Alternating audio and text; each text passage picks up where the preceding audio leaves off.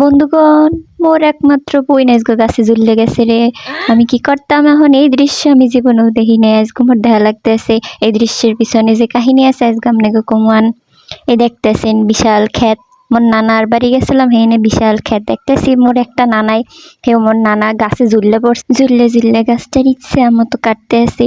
এই দেখে তো লোভ সামলাইতে পারি না বন্ধুগণ। ওই গাছের রস যে এত মজা, এত মজা। যখন গাছে হাড়ি থাকে না, তখন জিব্রা পাইতে নিচে খাড়াই থাই, এক ফোঁটা যদি এই জিব্রার উপরে পরে বন্ধুগণ, কি কমু কষ্টের কথা।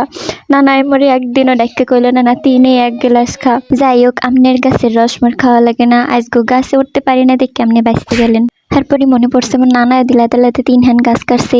নানার 11 খান নাতি লইয়া দিলাম, দৌড় যাইয়ে দেখে গাছ দিয়ে টস টসাইয়ে রস পড়তেছে বন্ধুগণ। এ দেখে কে লোভ সামলাই রাহন যায়। মোর বোন রে কইলাম, বোন রে তুই মোবাইলটা ধর, মই গাছে উঠি।